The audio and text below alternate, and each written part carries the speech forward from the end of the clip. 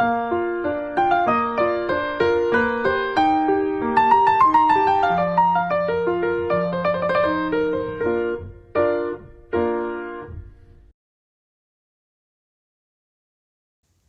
always wondered that if I would have had someone from a senior batch to tell me about a life in an IIM, wouldn't life be so much easier? So, having spent almost 2 years, the better part of it in the campus, we had a lot of fun even outside. I believe I can tell a bit of life in an IIM to an incoming candidate. These are your questions. I'll try to answer them as best as I can. So why don't you take it over, guys? So I'm a PGP 06, the sixth batch of IIM Rohtak. We'll be leaving the campus shortly. They are PGP 07. They have been in the campus for about a year. So they also have enough experiences to share with you. But since we are having an exit, so they thought, why not ask us a few questions? Take it over, guys. Okay. So first of all, tell us about your almost 2 years experience. How IIM Rohtak has been for you in all these years. I'd say it was much more fun than I'd have hoped. Haryana, especially Rohtak, people have this feeling that it's a very serious place, serious stuff goes on.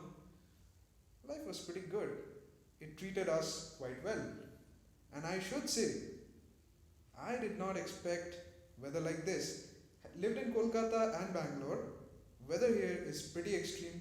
That's the first thing that you know you take time to get used to. Yes. Summers are extremely hot. Winters are. I'm wearing 3 layers and I'm still cold. So and it's February. So yeah. Other than the weather, the food mostly vegetarian and milk and dairy products took some time getting used to. But overall, I'd say it's been a learning experience. That's what they all say, right? I'd say it was a fun experience. I wouldn't change anything about the experience so far. Yeah, almost spending an academic year here, we can also testify this to this fact. Exactly. Now, since we were talking about learning experiences, so what were the learning experiences outside the classroom? The major learning experience outside the classroom is you need aptitude to get here. But what truly makes you successful in an IIM is your attitude. If you are a person who will never give up, if you're a person who is always willing to try that next new thing, why not? If that's your motto, you will do very well here. You know what? There are people from really diverse backgrounds here, even though most of them are engineers, but they are diverse in the ways they think, in the ways they communicate their thinkings, and what they're good at. You'll find a writer trapped in the body of an engineer. You'd find an accountant trapped in the body of an engineer. So on and so forth, all trapped in engineers. Because hey, apparently we all do engineering. I did, so I can testify to the fact. But the truth is, what I learned here is about 10% of your learning happens in the classroom. About 90% of your learnings happen in the informal chats in the canteen. Yes. You don't feel like you're learning something, but guess what?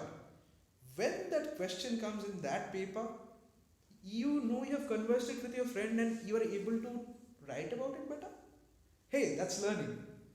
It's not about a teacher just telling you, not about a professor just coming to class and telling you what to do. It's about you taking a decision on things. So that's what was so different for me here. And one of the other things that I learned is that now you are no longer a technician. You will not be told what to do. You have to take decisions on yourself.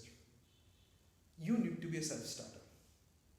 There is going to be no external person telling you to do this, to do that. It's you.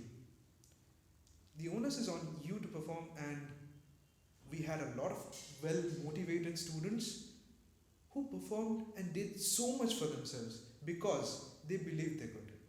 And of course, they definitely had the capability to do so. Okay, so can you talk about live projects and the internships that happened? I'll tell you what, the best way to learn something is to make your own mistakes. How do you get to make those mistakes? Well, you need to work. About 40% of our batch has experience of some sort, about a year and above. Mm. So, yes, but they were engineers, mostly working in very technical, functional fields. Yes.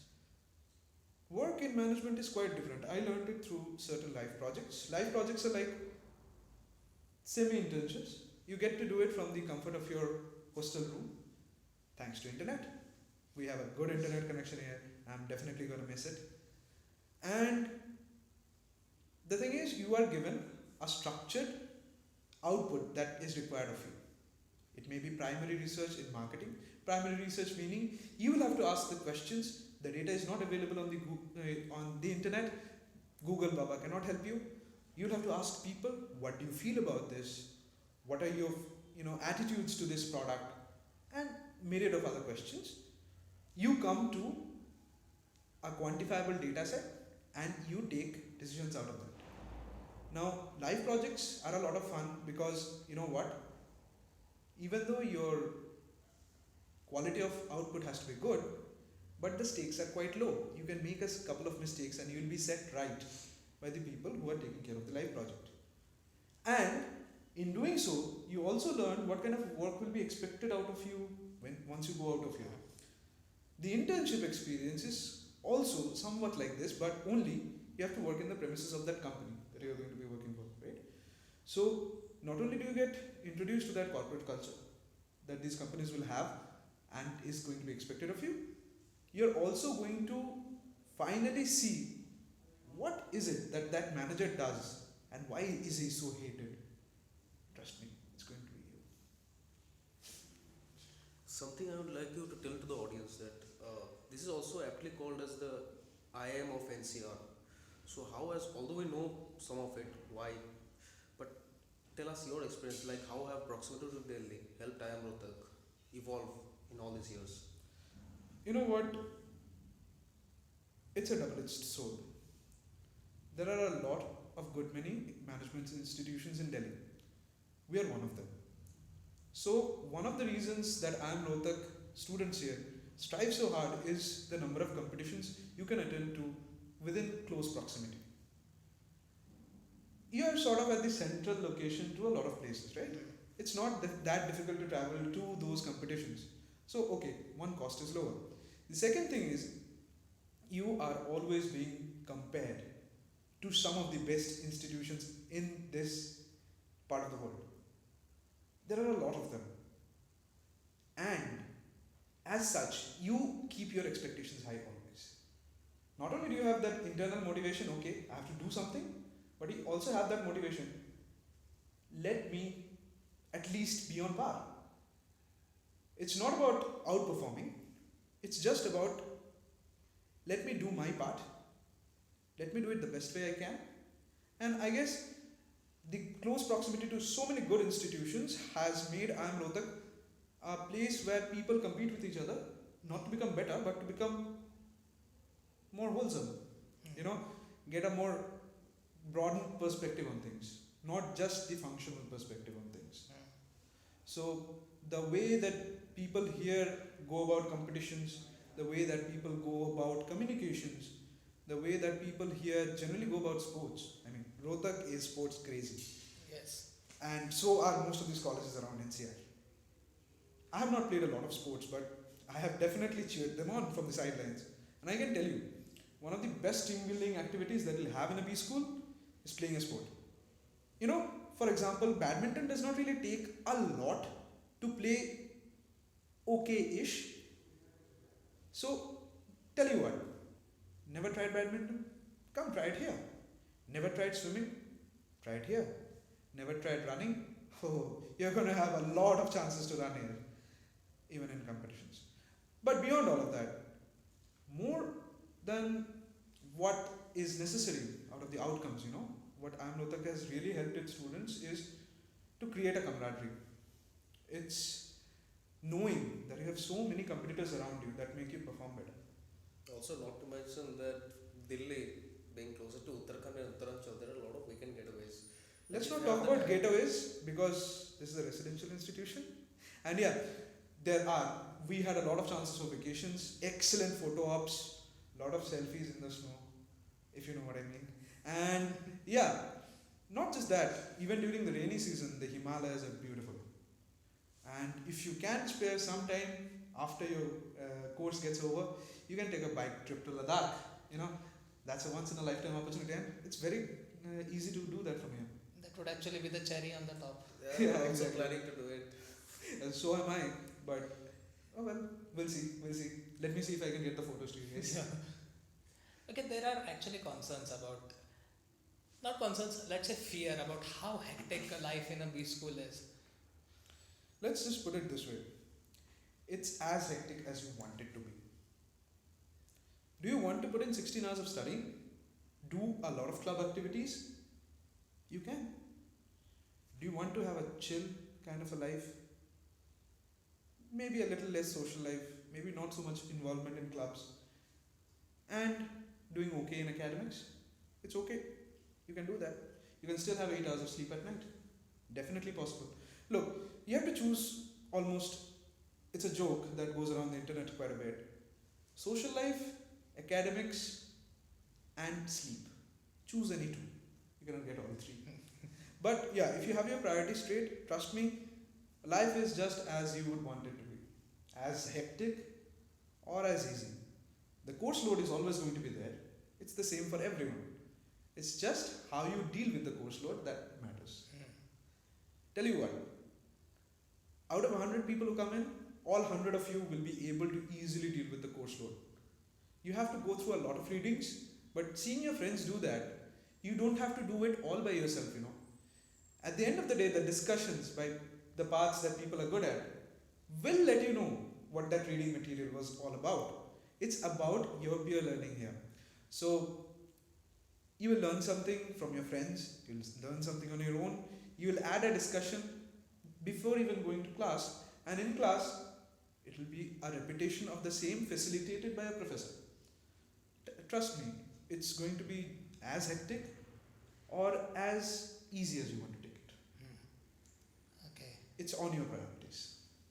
One last question that I'd like to ask you for the upcoming batch is how they should prepare themselves, groom themselves for these 2 years, next 2 years of their life. You know what? Leaving the monetary aspect of it aside, you're paying a lot of fees. You have about 1 year, 9 months to prove yourself at this stage.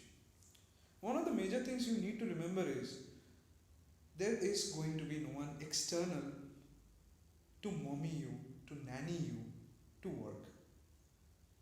It has to come from inside. You may find it in competition with other people. You may find it in proving to yourself that I can do better.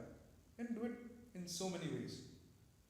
But one thing that a person truly needs while coming here, and I stress on this, is an attitude. An attitude that I can always do a little better. Even when you're doing your best, you never know. You just have that much more to give. Never underestimate yourself. It's very easy to do so here.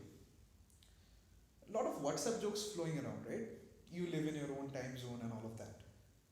Trust me, you are unique, and yes, you will be measured on a couple of standardized tests. But that does not define you. What defines you is how we'll be working and solving the problems tomorrow when you go out in the corporate world or take a business of your own.